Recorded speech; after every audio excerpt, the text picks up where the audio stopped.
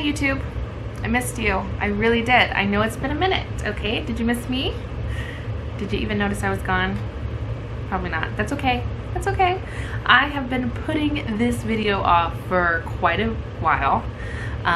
You can probably tell by the title of this video that I'm going to be talking about mental health, how it affects me personally, and why I am deciding to share it with you now as I share our journey. So if you don't know me and you're new here, my name's Erica. I'm a mom of 2 young boys, both who had seizures at birth or shortly thereafter. My youngest son he'll be 2 in October, and he was diagnosed with a brain malformation called polymicrogyria, which means he has too many folds in his brain. So when it tries to function, it starts misfiring and he has seizures, and both sides of his brain can have their own seizure all by themselves at the exact same time. Luckily, we don't have a lot of those. We only have 1 so far. It sucks, but that is why I made this channel, to share our journey. And part of that today is talking about my mental health. Why I started this channel was to share the journey, to share my truth and our truth. And you know, if there's any other parents out there who are feeling the way I am, or you're going through it, I want to be someone who's like, hey, me too, like I'm with you. Or you know, maybe just let you know we're all out here, we all have our own struggles, we're all doing the best we can, or at least trying to. So without further ado, let's get into this video. I personally have battled depression since I was young, as young as I can really remember, as far back as like 7 years old. My father did die when I was that age, so maybe that's just why I can track it to that age. But I've always battled it. So it's like I go into a funk. That's what I call it. It's a funk. It's this heaviness that kind of consumes me. I can almost feel it coming on. Like I feel how my mood is changing, how I'm losing interest in pretty much anything. And it's just this heaviness. So when I was young, what I would do, I would go home from school, grab some snacks from the kitchen, go to my room and stuff my face and fall asleep. And really I would cry myself to sleep, and I would just lay in the dark. Luckily my sister suffered from migraines, and so she really didn't mind being in the dark either. So I think it just really kind of went unnoticed that I had depression, or maybe that's just something that we don't talk about in our family. And I would just cry myself to sleep, and then I would stay there. I wouldn't eat dinner or anything. I might come out later if I wake up in the middle of the night to get more food. And that's really it. I just kind of pushed through until I came out. I would say when I was younger, it felt like it lasted a very short amount of time. These little spells or funks I would go into. I think now that I'm older, I am having to come face to face with my depression, and that is something that's hard. You know, in my early 20s or late teens, I would say I self-medicated by drinking and smoking too much and just going out with friends and ignoring all of those feelings, or like suppressing them, putting them on the back burner, like that's tomorrow's problem. And I worked. I went to work every day. So, you know, you can just ignore it, okay? Fast forward to now, having kids, I've really had to face my demons, as far as I've felt them much harder. After Grayson, I fell into a deep funk. I mean, it lasted 18 months. I mean, I guess longer than that. I didn't come out of my depression after Grayson until I was 7 months pregnant with Gavin. So they're 20 months apart. So yeah, I guess about 18 months. And I thought that was just me. I thought that was the new me, was what I was feeling there. Like Grayson had changed me. Becoming a parent had changed me. And like I said, I just went to work Monday through Friday, kept going. Get pregnant with Gavin, that was hard. I think my hormones play a lot into this, why these funks lasted so long, being a woman, you know, and taking birth control and just all the things that go into it, and the hormonal ups and downs of having a child, breastfeeding, all of that. So fast forward after Gavin, I came out of it about 7 months pregnant, and I stayed out of it for a little bit, like for quite a bit, I would say.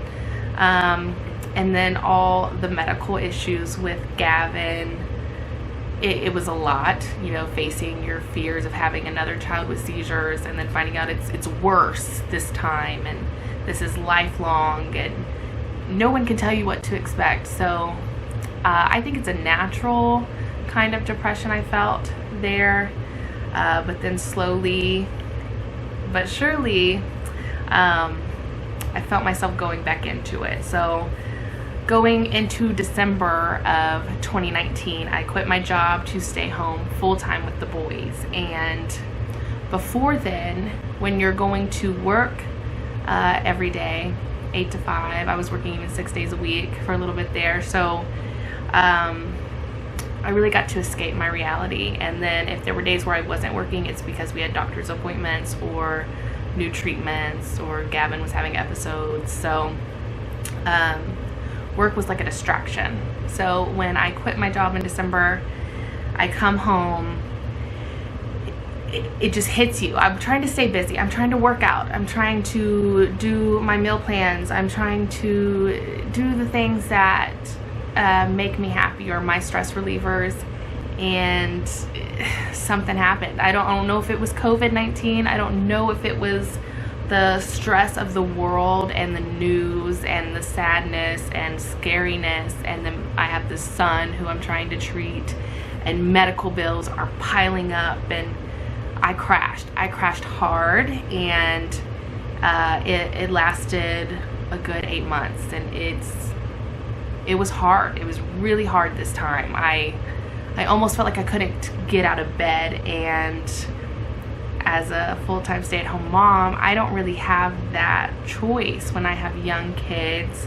I have kids who take medications, you know, 3 different medications twice a day, CBD, supplements, therapies, Monday, Tuesday, doctor's appointments, everything's telehealth. So like there's always eyes on me. I did try to stay in like a friend group and work out with everybody, but they noticed too that my personality changes. I like to think that I am like a fun, happy person. I just want to make everybody laugh. I'm here for a good time. I just want to make you happy. And that's probably to distract from me. But when I go into these funks, I feel it. Like I'm stuck in a brain and a body that's against me, because my tone is very monotone, and I hate everything. I don't even know how to explain it. I hate myself in those moments. I hate myself more than anything, and I can't get out of it. This time was kind of my rock bottom, I would say, as in like I know that I have to get professional help, and that's still hard because now I came out of my funk, right? And the older I get, I guess I can realize it now, and you know, I'm not drinking and smoking and suppressing the feelings anymore. I'm really feeling them, and I'm in it. So I think talking about it is helping, like being honest with my family and friends. Like, look, I'm not me. I don't know who I am right now, but this is not me. I don't feel like myself. I don't feel happy. I know that they say happiness is a choice, but when I am locked in that brain, I can't choose happiness. So it's like this extreme high of I can't do anything. Everything is too hard to even make it through the day, to function, to superwoman, I'm doing everything. So I think those extreme highs cause me to crash harder and faster now. So the point of this video is just to say that my mental health is not always great, but as I get older, and thanks to Gavin and Grayson, my 2 boys, this whole new special needs world, I'm facing those demons. I am looking at it, and yes, do I probably need to see someone? Yes. Do moms ever make time for themselves? I'm trying. So that's what this video is. I want to talk about how I am managing before I get that professional help, you know, and maybe I'll update y'all when I finally make that leap of faith. It's really hard for me to talk about the specific things in my life that make me feel this way, because it's not one specific thing. It's kind of like, this is just, I hate me. And I don't think there's a reason for me to hate me. There's things I can't change from my childhood, but I like who I am today. I just hate who I was. So it's this constant battle that kind of sucks me in, I think. I'm trying to level the playing field, okay? We are gonna battle this depression head on. And by doing that, I have to take time for myself. I've been reading a lot of books lately. Reinventing the Woman, Where the Crawdads Sing, Born a Crime. I'm listening to that right now on Audible. Also reading The Unhoneymooners. So like good books that can just kind of take me away from my in the moment. So just things to distract me. Live in a different reality for a moment. Get lost in something else that's not my brain all the time, because it's exhausting. It's exhausting in here, okay? So I've been hanging out with friends more. I've been, you know, working out with friends, you know, not just on Zoom. You know, I went over to a girlfriend's house and we worked out at her house, and we used to film videos together working out, and it kind of makes me feel like me again. And I have to throw that mom guilt out the freaking window, okay? I can't give my kids the best version of me every day. I know that. I'm accepting that for what it is.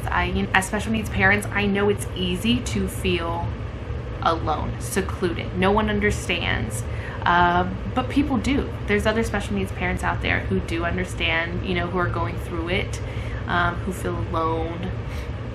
And I just hope that we all can find a community where we feel not alone, where we can talk about it, and maybe get those stressors out. I can talk to my family and friends. You know, I try to let them know, like, look, this is what's going on with me.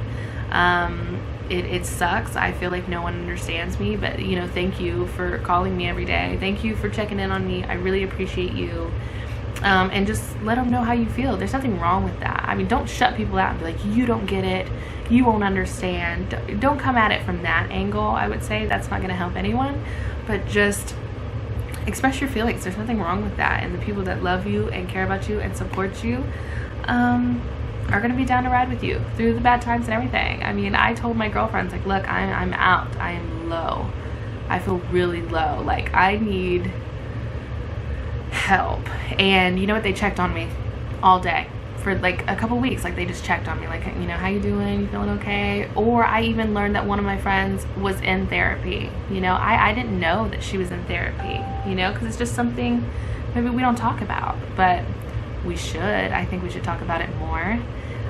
It's okay to express your emotions and feelings. We are all different, whether you're special needs, not special needs family. We all have our people who ride with us. So I am thankful. I wanted to share this journey with everybody, and this is part of it. This is me.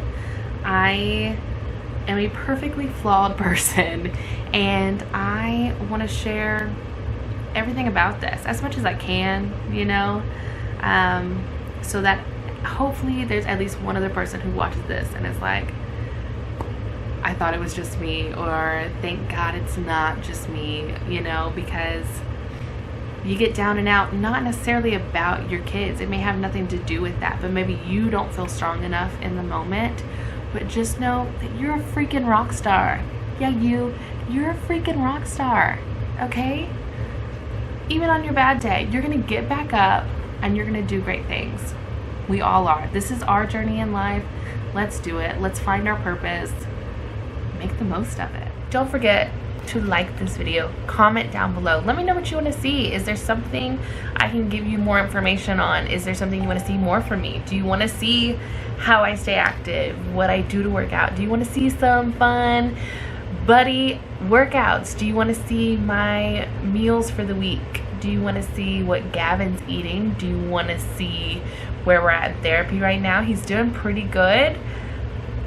he's almost 2, y'all. October, he will be 2 years old. I'm gonna do a big birthday celebration, 2-year update, and see where we're at then. I think he's doing great things. My phone's going off over here. Sorry about that. But that's it for today's video. I missed you guys. I'm glad I can be back. I'm gonna try to be regular, okay? I'm gonna try, okay? My very best. Like, comment, subscribe. I'll see you next time.